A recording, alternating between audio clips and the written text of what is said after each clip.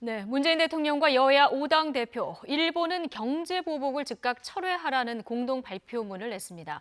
예정된 시간을 훌쩍 넘겨서 3시간 동안 이뤄진 회동, 그 밖에 어떤 얘기들이 오갔을까요? 두 분 패널과 함께하겠습니다. 이종근, 최영일 두 분 시사평론가 모셨습니다. 어서 오십시오. 안녕하세요. 예. 자, 어제 3시간 동안의 청와대 회동에서 여야 5당 대표 일본의 수출 규제 조치를 철회하라 이렇게 한 목소리를 냈습니다만은 하고 싶은 말은 좀 제각각이었습니다. 주요 장면들 영상으로 먼저 보고 오시겠습니다.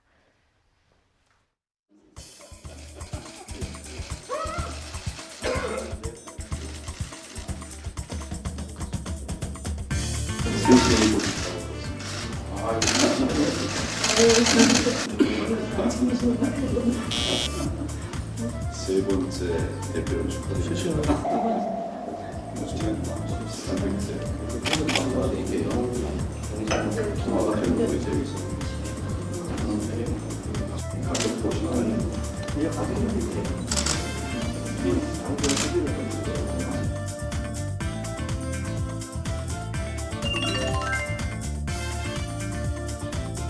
여당 정부는 소위 적폐 청산을 앞세우고 그러면서 새로운 적폐를 쌓는 내로남불도 끊이지 않고 있습니다.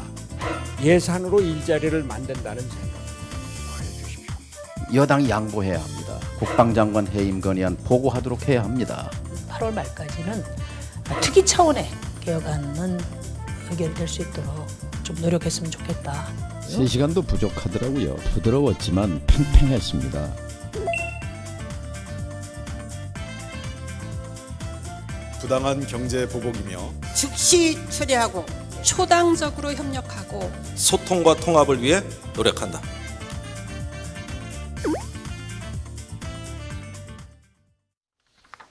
네. 자, 5당 대표 목소리 다 듣고 오셨는데요. 경제 보복으로 규정했고요. 철회하라 한 목소리를 내기는 했습니다. 근데 당초 이제 합의문까지 나오지 않을까 생각했는데 공동 발표문.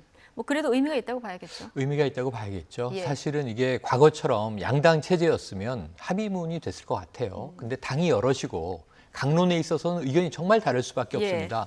뭐 대통령 앞에서 저렇게 할 말 다 해도 되나? 할 말 다 해야죠. 할 말 하려고 야당 대표들이 들어간 거고요. 그렇죠. 각자 또 하고 싶은 얘기도 달랐을 테고요. 그래서 저는 굉장히 민주적인 이 모임이었고 이런 모임이 좀 원래 정례화하기로 했었잖아요. 그렇죠. 근데 지금 안 되고 있는 거잖아요. 그래서 한 달에 한 번 정도 저런 모임이 계속 보여진다면 황교안 대표가 전향적으로 자 1+5 회담 받겠다 하면서 지도자들이 머리를 맞대는 모습을 보이는 것만으로도 국민들에겐 힘이 된다. 어제 그게 실현이 됐습니다. 그래서 아쉬움은 공동 발표문, 합의문이어도 손색은 없습니다. 내용은. 왜냐하면 대응 방식은 다 다른 제안을 할 수 있거든요. 그건 정부와 청와대가 결정할 몫이고 다만 그래도 일본의 경제 보복임을 규정하고 이것을 철회해야 한다라고 한 목소리를 낸 것은 초당적으로 아주 훌륭한 메시지였다 이렇게 평가하고 싶습니다. 국민을 안심시킬 수 있는 메시지 자체가 된다는 얘기셨는데 범국가적인 비상협력기구 설치도 합의를 했습니다. 근데 어떻게 구성을 할지 또 어떤 일을 할지는 앞으로 좀 논의를 해봐야 되는 거죠? 네, 그렇습니다. 사실 그 기구라는 것이 이번만이 아니라 뭐 초당적인 어떤 협력을 위한 기구도 뭐 설치가 됐지만 유명무실하지 않았습니까? 중요한 건 그런 어떤 소통 기구가 아니라 이것은 국가적 위기 상황에서 어떻게 여야 또는 정부와 함께 이것을 헤쳐나가느냐라는 인식 그런 어떤 결과를 내야 되는 기구이기 때문에 아마 또 어저께 이 얘기까지 하기에는 시간이 좀 부족하지 않았나. 그러니까 평론가님께서도 말씀하셨지만 같은 곳을 바라보는 것만으로도 사실은 굉장히 중요한 어떤 계기가 될 수 있겠고 이 기구의 실질적인 내용을 담보로 하기 위해서는 앞으로 사실 이런 모임 또는 1대1 여야의 어떤 영수회담이라든지 이런 것들이 뒷받침된다면 구체적인 어떤 기구가 사실 설치될 수 있는 것은 뭐 자명한 사실일 것 같습니다. 예. 제1야당 대표 황교안 대표 너무 오랜만에 이제 만남이다 보니까 할 말이 굉장히 많았던 것 같아요. 예, 문재인 대통령 모두 발언보다 2배 이상 길게 2배 이상 발언을 길었죠. 했더라고요. 그러니까 문재인 대통령 모두 발언 뭐 시간으로만 굳이 따지면 3분 45초. 황교안 이제 자유한국당 대표의 경우에는 8분 35초. 뭐 2배 이상 이제 길게 시간을 끌었죠. 하지만 저는 야당 제1야당의 대표가 만남이 필요하다. 결정을 해서 이 모임이 성사가 됐고 청와대에 들어갔고 이 대통령을 얼마나 오랜만에 만나는 겁니까? 사실 국가기념일 행사장에서 만나긴 했어요. 그때 김정숙 여사 악수를 패싱했다 아니다 이런 논란이 있을 정도로 악수하고 스쳐 지나가는 눈인사에 불과하거든요. 네. 그러니까 대화를 해야죠. 대화를. 소통의 측면에서는 할 말이 많이 쌓여 있었다는 것도 저는 고무적으로 보고요. 그 말을 많이 끄집어냈다는 거. 아까 내로남불에 자막이 찍히던데요. 예. 뭐 이런 표현도 대통령 앞에서 못 쓰는 시대는 아닙니다. 그래서 뭐 저 여당이나 정부를 비판할 수 있는 거고요. 그 역할을 하는 제1야당의 대표로 가서 그런 말을 쏟아낸 것이고, 그래서 저는 시간을 많이 쓰셨을수록 좋다. 오히려 말을 안 했으면 이럴 문제인데, 거면 예. 청와대에 왜 갔나 이런 네. 얘기가 나올 법해요. 예. 그래서 하실 말씀이 많은 만큼 아까 말씀드린 대로 어제의 모임으로 만족해서는 안 된다. 더 자주 모여서 이런 얘기들을 하나씩 풀어야 1대1 된다. 회동을 다시 요청했습니다. 그렇죠. 1대1로도 예. 만나고요. 1대5로도 만나고요. 지속적으로 이 모임이 탄력을 받아서 이끌어갈 수 있게 동력을 좀 황교안 대표가 유지해 줬으면 하는 바람입니다. 네. 어제 뭐 가장 중요한 이슈는 일본의 경제 도발에 우리가 어떻게 해야 될 것인가. 여기에 머리를 맞대는 거 아니겠습니까? 네. 자, 해법에는 조금 그런데 풀어야 되는 해법에는 차이가 좀 있는 것 같습니다. 한국당하고 바른미래당은 정상회담을 추진해서 톱다운으로 풀어야 된다 이런 그 의견이 강한 것 같고 지금 민주평화당, 정의당 같은 야당끼리도 의견이 좀 갈리는데 우리 정부가 더 강력하게 대응해야 된다 이런 목소리인 것 같아요. 네, 그렇습니다. 그런데 일단은 오늘이 아니고 지난번 저희 이 프로그램에서도 제가 톱다운 방식 말씀을 한번 드렸을 거예요.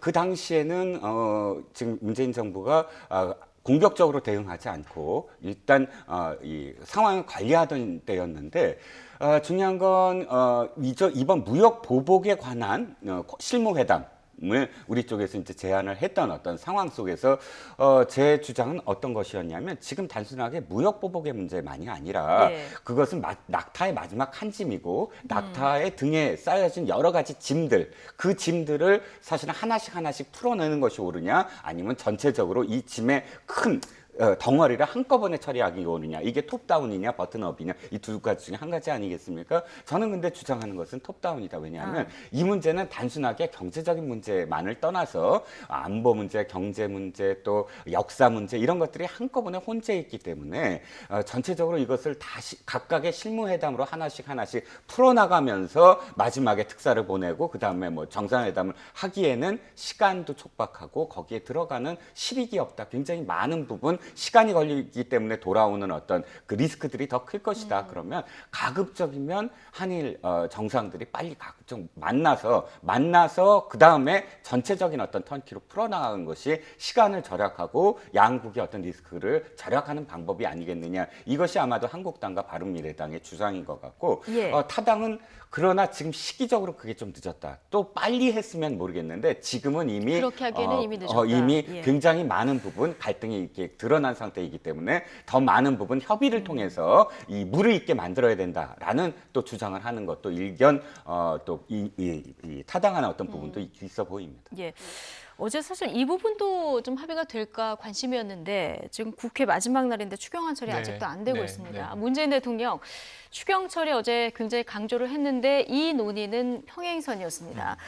그리고 사실 일본의 경제 그 보복에 대해서 우리 기업들 피해 어떻게 이제 지원을 할 것인가 네. 이 부분도 굉장히 지금 논의가 돼야 되는 상황인데 부품 소재 산업 지원 관련해서 구체적인 표현이 좀 추상적으로 바뀌는 이런 과정이 있었습니다. 문 대통령과 여야 대표의 목소리 듣고 오시겠습니다. 가장 지금 시급한 것은 역시 추가 경정 예산을 좀 최대한 빠르게 그리고 원만하게 처리하는 것이라고 생각합니다. 소재 부품 문제에 대한 어떤 대책, 그 예산도 좀 국회에서 좀 충분하게 반영시켜 주시기를 당부를 드리겠습니다. 홍익표 대변인 좀 말씀을 하세요. 당초 그거 빼자고 할 거라고 항상 너무 뺐었어요. 아직 구체적으로 충분한 논의가 안 된 부분 아닙니까? 우리 당 안에서도 더 논의가 필요한 부분이고 그런 것들을 공동 발표의 대상으로 하는 것은 적절치가 않죠. 추경의 범위나 대상 이런 것에서 충분한 논의도 되지 않았고 협의해야 될 부분들이 많이 남아있는데 섣불리 발표하는 것은 적절치 않다. 저는 그렇게 판단을 했습니다. 예.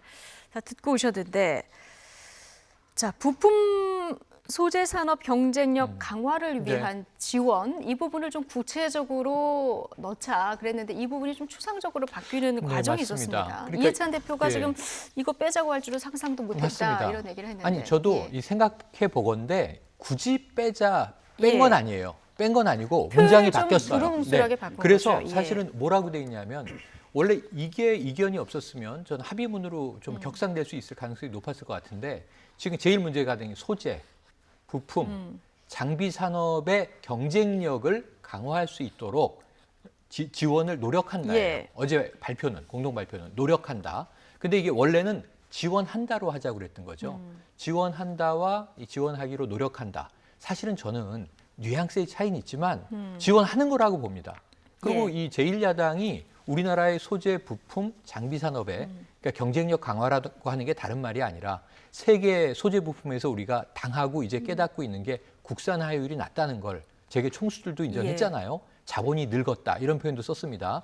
그런데 그러면은 이 여야의 지도자들이 모여서 지원을 하든 노력을 하든 그것은 한 방향으로 가는 건데 왜 톤다운을 굳이 했을까? 근데 이제 황교안 대표는 그렇게 이야기했다고 보도가 전언을 해요. 예. 당의 입장이 아직 정해지지 않았다. 아, 당의 입장이 예. 정리가 안 돼서. 예. 근데 당의 입장이 굳이 정리돼야 할 이유는 아니지 않느냐. 대표가 자 우리가 우리 기업 지원하자는 여야 건데, 대표들이 대통령과 모여서 지원하기로 하였다.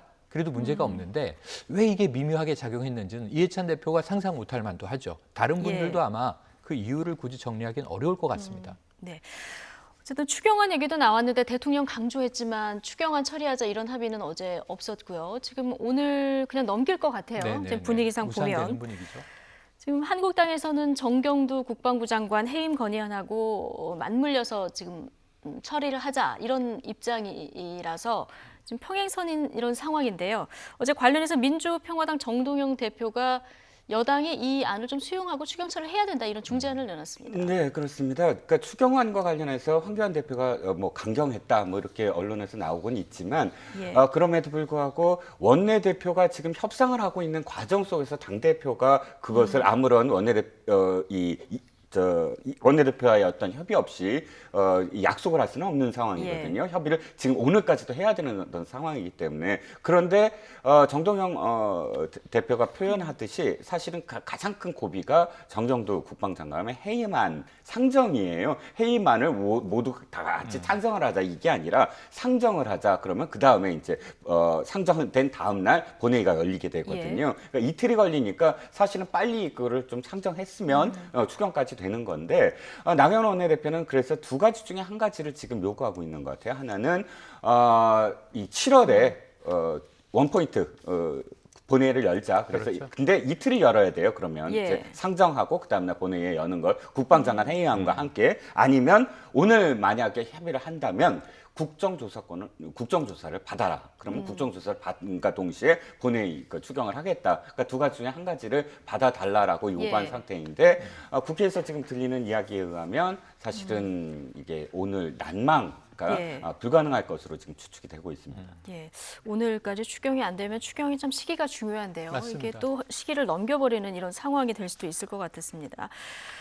자, 어제 전체 회동이 끝나고 문재인 대통령과 황교안 한국당 대표 아주 짧은 시간 동안 창가에서 잠깐 독대를 했습니다. 자, 어떤 얘기가 오갔는지 아직 전해지지는 않고 있는데 두 분만 아시겠죠? 공개가 안 될 것 같습니다. 왜냐하면 이제 예. 1대1 독대가 이루어지는 시점에 어제 나눈 그러니까 저는 문 대통령은 황교안 대표에게 무슨 말을 하고 싶었을까? 사실은 그 전에 3시간의 이제 5당 회담 사이에서 추경 좀 협조해달라. 이게 이제 10번 이상 나왔다고 지금 보도가 됐어요. 최소한 문 대통령이 10번 이상. 그럼 지금 180분인데 말이죠. 20분에 한 번씩 추경 얘기를 대통령이 했다는 얘기예요. 그런데 여기에 대해서는 황교안 대표는 이제 묵묵부답이었고 반대로 또 이제 야당 쪽에서는 그 정경두 국방장관 해임안 다른 말로 하면은 쉽게 외교 안보 라인을 교체하라 이 건인데 여기에 대해서는 이제 대통령이 묵묵부답이었고 윤석열 후보자의 이제 지금은 검찰총장 임명이죠. 이 날짜만 25일인데 이 재가 된 것에 대해서도 문제 제기를 했는데 그것은 문재인 대통령은 그냥 절차적으로 처리한 것이다라는 원론적인 답변을 했습니다. 교차했는데요. 이 1분 36초라고 어제 보도됐어요. 그러니까 90초 내외 창가에서 두 사람이 청와대 발표는 딱 두 가지입니다. 웃음기 없었다. 예. 진지한 표정이었다. 내용은 모른다. 그런데 저는 대통령은 추경을 다시 한번 마지막에 당부했을 가능성이 높아 보이고 황교안 대표가 대통령에게 만약에 이제 뭔가 제안을 했다면 그게 무엇일지는 너무 궁금합니다. 이게 네. 물음표인데요. 그럼에도 불구하고 독대를 다시 요구했어요. 그렇죠. 아마 조만간 전 독대가 이루어질 가능성이 높다고 봅니다. 예, 1대1 독대를 요청을 했기 때문에 앞으로 이걸 청와대가 받아서 더 많은 논의가 이루어질지 이건 좀 지켜보도록 네. 하겠습니다.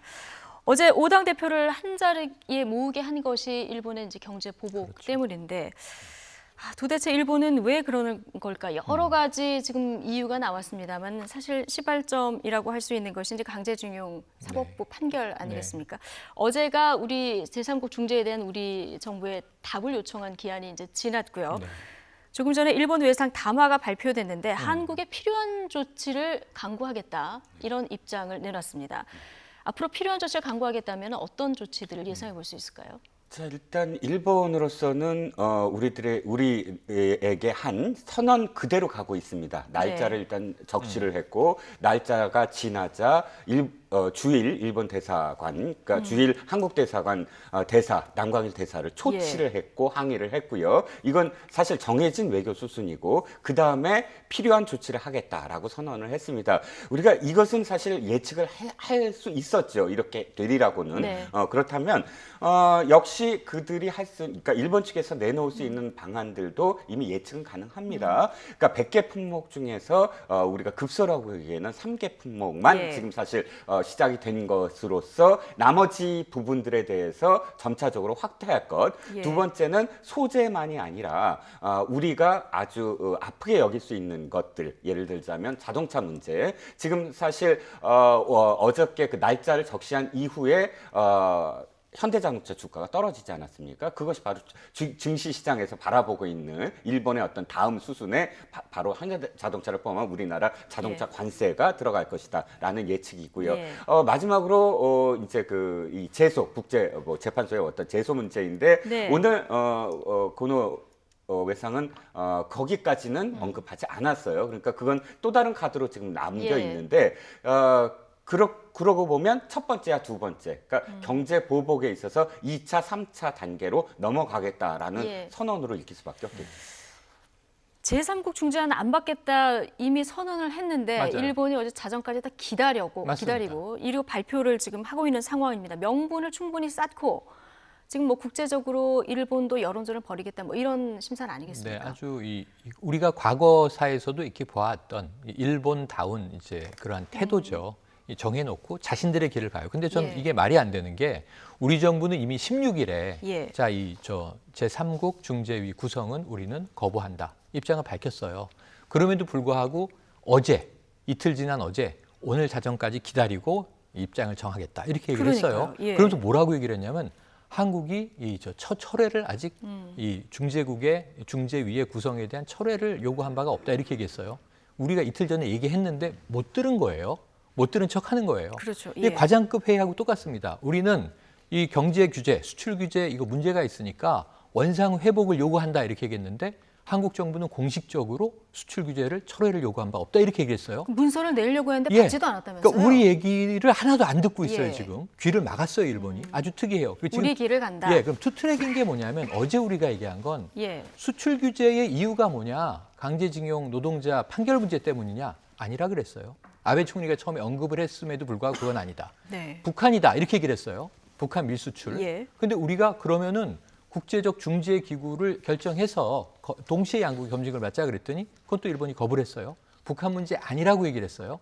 무슨 문제인지 아직은 공식적으로 모릅니다. 다만 부적절한 문제가 있다라고 이야기를 했을 뿐이에요. 그런데 일본은 지금 역사 문제에 지금 천착하고 있고 우리는 무역 문제에 지금 천착을 하고 있는 겁니다. 이게 투트랙인데 서로 외통수를 가고 있어요. 그래서 저는 일본이 매우 이상하다. 우리가 이렇게 언론이 이야기하고 방송에서 이야기하고 정부가 공식적으로 전달하고 하는 것들을 메시지를 하나도 접수하지 않고 있다. 북한도 아니지 않습니까, 일본이? 이렇게 나오는 이유는 자신들이 정한 길을 가고 있을 뿐인데 이것은 처음에는 저는 7월 21일 오는 일요일 참의원 선거가 목표겠거니 했는데 그 이상의 뭔가 전략적인 중장기적인 아베 정권의 수가 있는 것 아닌가 걱정이 좀 많이 됩니다. 이상이 뭘까? 이 부분에 대해서 지금 여러분이 의구심을 갖고 있는 이런 상황인데요. 대표적인 일본 통이죠. 민주당 강창일 의원이 일본의 수출 규제 조치 의도는 선거용을 넘어서 대일본 제국의 부활을 노리고 있는 것이다. 이렇게 봤습니다. 강 의원의 발언 듣고 오시겠습니다. 저도 이제 지금 이것은 이제 전쟁, 경제 전쟁이라고 미리 규정을 해놨었어요. 네. 그 의미에서 뭐 그런 용어 써도 좋은데 집권 여당의 의지, 결의 그것을 보여주는 것이라고 생각하면 돼요. 처음에 저희들은 뭐 감정적 대응인가, 참여 선거용, 자국 정치용인가 이렇게 생각을 간단히 했었어요. 그런데 그 다음에 안보 문제하고 연결시키고 여러 가지 이 얘기거리를 만들어냈어요. 일본 아베 정부에서. 그래서 이제 단순히 그게 아니라 지금 탈냉전 시대 이후에 대세계 전략이 내포되어 있는 건 아닌가. 신궁극주의적인 일본 제국 부활을 위한 하나의 시작이 아닌가. 처음에 이 조치가 나왔을 때 일본 참의원 선거가 지나면 좀 나아지지 않을까 생각했는데 지금 일본의 여러 가지 조치들을 보면 그런 흐름은 아닌 것 같고요. 그러다 보니까 여러 추측들이 나오는데 지금 강창일 의원 얘기 들어보면은 이게 일본 제국주의의 부활을 노리는 의도가 있을 것이다. 이렇게 해석을 했는데 어떻게 보십니까? 네, 일관되게 저는 참여연이랑 상관없다라고 말씀을 드려왔고요. 이유는 참여연 선거는 3년마다 한 번씩이지만 중의원 선거는 4년마다인데 4년마다 한 번씩 치러진 적은 1976년밖에 없습니다. 일본은 의원 내각제이기 때문에 언제든 해상 가능하거든요. 그러니까 무슨 말씀을 드리기 전에 매년 선거가 열리는 거예요. 매년. 그렇다면 선거에 연연한다고 해서 한국의 관계를 늘 긴장시킨다? 이건 등식이 될 수가 없겠고요. 중요한 건 지금 아베 총리의 임기예요. 벌써 4선을 지금 바라보고 있거든요. 4선을 한다면 2020년을 넘어서 2022년까지도 바라봐야 되고 그러기 위해서는 참여연 선거에서 무조건 3분의 1을 넘겨서 아베가 4선을 노리는 이유를 사실은 달성을 해야 되는 것이고 누구나 얘기하듯이 아베 총리가 4선을 하려고 하는 이유는 개헌 아니겠습니까? 그렇죠. 개헌을 하겠다. 개헌은 지금까지 어떤 자위대를 자위대 문제라든지 평화헌법을 다시 이제 바꾸겠다라는 것인데 그래서 뭐 강 의원이 군국주의 운운까지도 말을 했는지는 모르지만 그러나 우려는 우려대로 사실 또 이렇게 분석할 수 있는 전문가들이 또 있겠고 강 의원에 대해서 조금 아쉬운 건 그 표현을 강 의원이 표현했다는 거. 강 의원은 지금 한일 의원연맹을 이끌고 있거든요. 그렇기 때문에 하나의 어떤 통로가 또 될 수 있어야 되고 또 일본에서 군국주의를 비판하는 그런 또 지식인들이나 혹은 야당 의원들과 또 연계를 해야 되는 어떤 부분도 있기 때문에 우리가 이것을 단언할 수는 없다. 그러나 여러 가지 각도로 바라보면서 앞으로의 어떤 미래를 진단할 필요는 있다. 이렇게 생각합니다. 네, 어쨌든 이렇게 한일 갈등이 지속되면서 국내 소비자들의 불매운동 방법도 좀 진화를 하고 있습니다. 단순히 사지 말자, 팔지 말자 이게 아니라 어떤 제품이 일본 제품이고 대체할 수 있는 품목은 뭐가 있는지 이런 걸 공유하는 이런 사이트들도 등장했습니다. 자발적인 움직임이 확산하고 있는데요. 박광렬 앵커가 관련 내용 정리해드립니다. 일본 제품과 자본에 대한 불매 분위기가 연일 거세지고 있습니다. 노노재팬닷컴 들어보셨나요? 생활과 음식, 가전, 화장품 등 종류별로 일본 제품 또는 일본 자본이 많이 투입된 브랜드를 정리한 사이트입니다. 누구나 사이트에 직접 상품 정보를 추가할 수 있고 또 대체품까지 친절하게 소개를 하고 있습니다. 살펴보면 이것도 일본 제품이었나 하는 상품이 정말 많습니다. 빼가속 비트, 원래 CJ와 합작을 해서 국내에 제품을 들여왔다가 지금은 100% 일본 자본으로만 회사가 운영이 됩니다. 또 편의점에서 흔히 볼 수 있는 제품이죠. 감동란, 일본 제품이었습니다. 일본에서 소금간이 좀 된 삶은 달걀을 팔던 회사가 한일 합작 회사를 만들어서 진출을 한 거죠. 아사히나 기린 말고도 의외의 일본 맥주도 많습니다. 코젤과 필스너 우르켈, 편의점에서 4개에 10,000원 이런 맥주로 인기가 많은데 아사히가 알고 보면 모두 인수를 했습니다. 특히 최근에 우리 사회 분위기를 일본 업체들이 대수롭지 않게 생각하고 있다. 이런 반발이 불매운동에 불을 질렀다는 평가가 나오고 있습니다. 따끔한 맛을 일본에 보여주자거나 불매 의지가 불탄다. 이런 의견이 나오고 있는 겁니다. 定の影響が売り上げに出ているということはあります。全く影響がないということは当然ないですね。過度に政治の情勢に振り回されることなく、これも粛々とやっていくということ、その影響は長くは続かないだろうというふうには思っています。 네, 이렇게 불붙는 불매운동에 일본 불매운동 수혜주라는 이름을 단 테마주까지 등장을 했습니다. 대표적으로 모나미를 볼 수가 있는데 일본 펜을 안 쓰니까 모나미 펜을 많이 살 것이고 주가가 오른다 이런 논리입니다.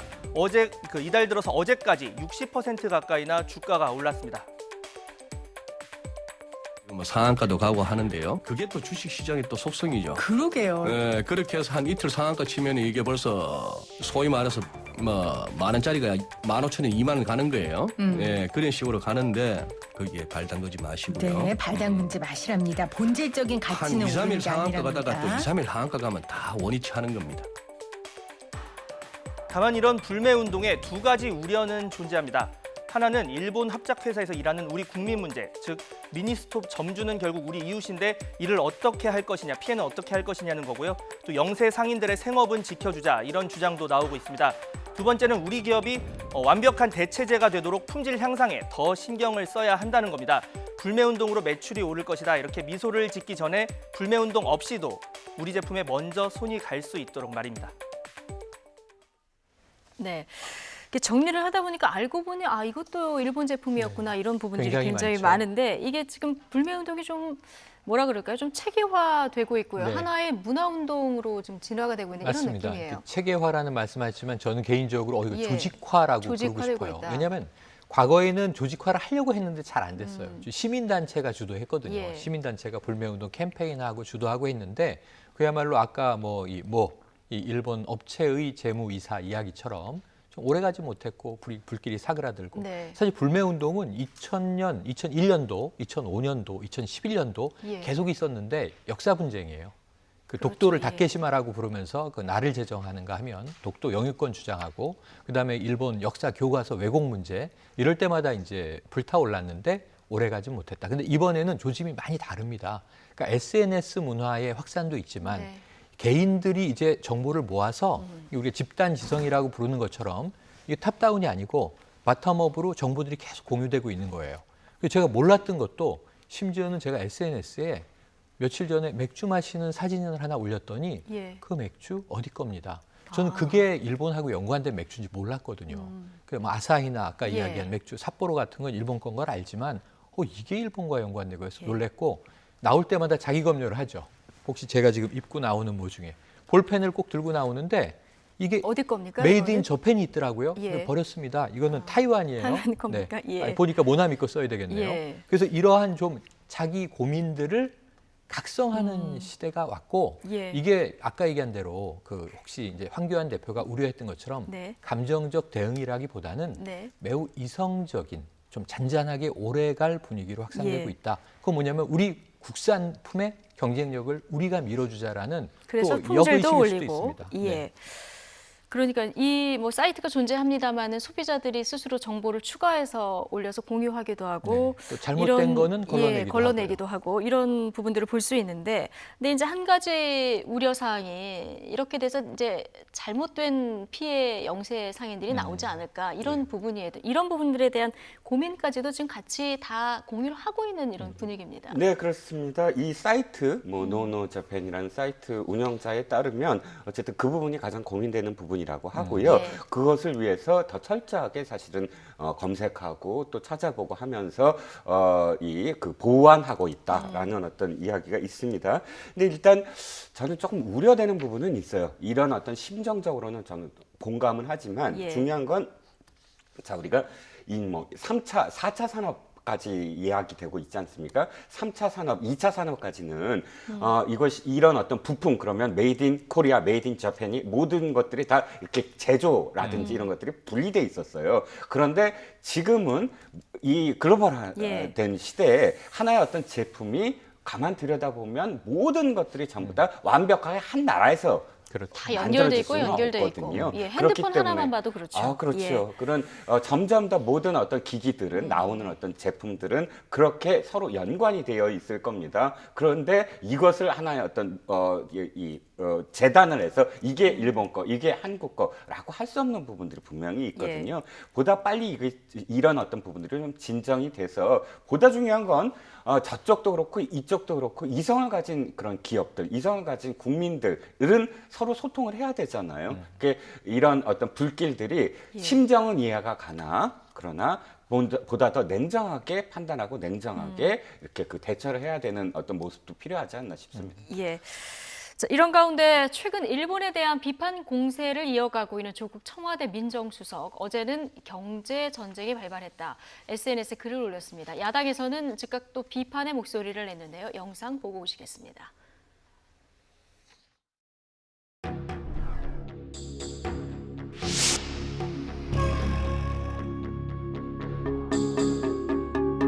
애국이냐 이적이냐로 표현했지만 결국 친일이냐 반일이냐는 또 편가름이라고 생각이 됩니다. 회동이 끝나자마자 청와대 수석이 이런 것을 한 것은 대통령의 뜻인지 정말 묻고 싶습니다. 유치한 이분법으로 편가르기 우리나라고 있습니다. 위기 극복과 문제 해결에는 사실상 관심이 없는 무책임한 정치의 표본입니다. 청와대가 위기 극복 컨트롤 타워가 아니라 총선 컨트롤 타워 아닌가 하는 그런 의심마저 듭니다. 토착 외부 열심히 찾아다닐 것 없이 좌표 찍어드리겠습니다. 한국을 정벌하자는 정한론을 주장한 요시다 쇼인의 심취한 인사가 청와대에 있습니다. 최재성 의원은 의병들과 그쪽으로 가시고 조국 수석은 페이스북이 아니라 청와대 내부에 대고 죽창가를 부리십시오. 네, 일단 올린 글을 보면은 경제 전쟁이 발발했다. 네. 지금 진보냐 보수냐의 문제가 아니라 애국이냐 이적이냐의 문제다, 이렇게 이제 글을 올렸거든요. 여기서 야당의 비판이 지금 쏟아지고 있는데 어떻게 일단 저는 보십니까? 우선 양쪽 다 문제라고 봐요. 이게 양비론 제가 별로 선호하지 않습니다만 오늘 우선 조국 민정수석의 내용은 민정수석이 왜 이러나 뭐 많은 걱정들이 나오는데 이것은 민정수석직을 놓고 생각을 하면 적절한 표현은 아니었다고 봐요.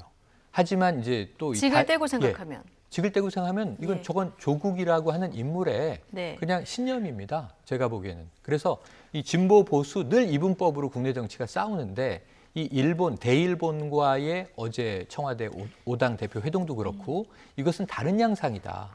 이건 내부 여야, 좌우, 진보, 보수, 뭐 총선, 정치 노름의 문제가 아니고 이것은 한국인이라면 그래서 첫 줄이 뭐냐면 박용만 회장님 존경합니다. 이렇게 시작을 하는데 청와대 회동이 아니라 어제 이 박용만 회장이 이 무슨 이야기를 했냐 하면 자, 우리 기업인들도 정부를 비판만 할 게 아니라 정부와 보조를 맞춰서 지원해야 한다. 기업인이 정부를 지원해야 한다라는 이야기를 했어요. 정부 내에 있는 뭐 고위직 입장에서는 고마운 얘기죠. 그래서 정말 이번에는 민관이 합쳐서 일본에 대응하자라는 논조로 시작을 한 거예요. 그래서 근데 저는 이제 조국이라는 인물에 지금까지 살아온 어찌 보면 운동권으로 또는 이제 교수로 그리고 이제는 청와대에 들어가 있는 이제 인물로 일관된 신념을 주장했다고 보는데 민정수석직에서는 오히려 역공을 받을 수 있는 빌미를 제공한 셈이 됐다고 보고 하지만 여기에 대해서 아까 야당이 공격하는 거 보셨죠? 왜냐하면 이거 총선 편가르기라고 얘기를 합니다. 저는 이건 총선 편가르기가 아니라고 생각을 해요. 그래서 이것을 해석하는 야당의 방식도 오히려 이분법적이기 때문에 이것을 이분법적인 사안으로 재해석을 하고 있다. 이것 또한 전 심각한 문제다 이런 생각을 해요. 둘 다 문제다 이런 지적을 해주셨는데 이제 야당의 주장은 이렇게 프레임 구도로 해서 이걸 총선용으로 활용하려는 거 아니냐 이런 주장이에요. 예, 그 활용 이전에 이 발언이 얼마나 부적절한가를 제가 말씀을 드리면 직을 제외하고 말을 할 수는 없잖아요. 지금 조국 교수가 이야기한 것도 아니고 조국 무슨 진행자가 이야기한 게 아니라 떼고 생각할 수 없는 조국 발언이다. 민정수석이 이야기했습니다. 그럼 청와대의 발언이에요. 그럼 청와대가 지금 뭐라고 얘기하냐면 전쟁이 벌어졌다라고 이야기합니다. 실제로 전쟁이 벌어졌다면 전쟁이 벌어졌다라고 이야기하면 안 돼요. 왜냐하면 전쟁이 벌어졌으니까 사실은 이 엄중한 시기에 우리는 최선을 다할 거다라고 얘기하는 것이 청와대에서 할 이야기예요. 근데 전쟁이 벌어졌다라고 남의 얘기처럼 할 상황이 아니거든요. 청와대가 해야 될 일은 무슨 일입니까? 전쟁이 벌어지지 않게 해야 되는 일이에요. 그것이 비록 남이 일으켰다 하더라도 일으키지 말게끔 하는 것. 최대한의 전쟁을 일으키지 않게끔 하는 것이 청와대가 할 일이고요. 전쟁이 벌어졌다 그러면 그 피해를 최소화하기 위해서 국민들 국민들을 안심시켜야 되는 게 청와대의 일입니다. 근데 청와대가 공식적인 민정수석이 나서서 전쟁이 벌어졌다고 표현하는 것, 그리고 아까 박용만 회장 말씀하셨는데 박용만 회장을 존경한다고 얘기했잖아요. 존경한다고 하면 박용만 회장이 한 말을 끝까지 봐야 돼요. 박용만 회장이 그 글에 뭐라고 했습니까?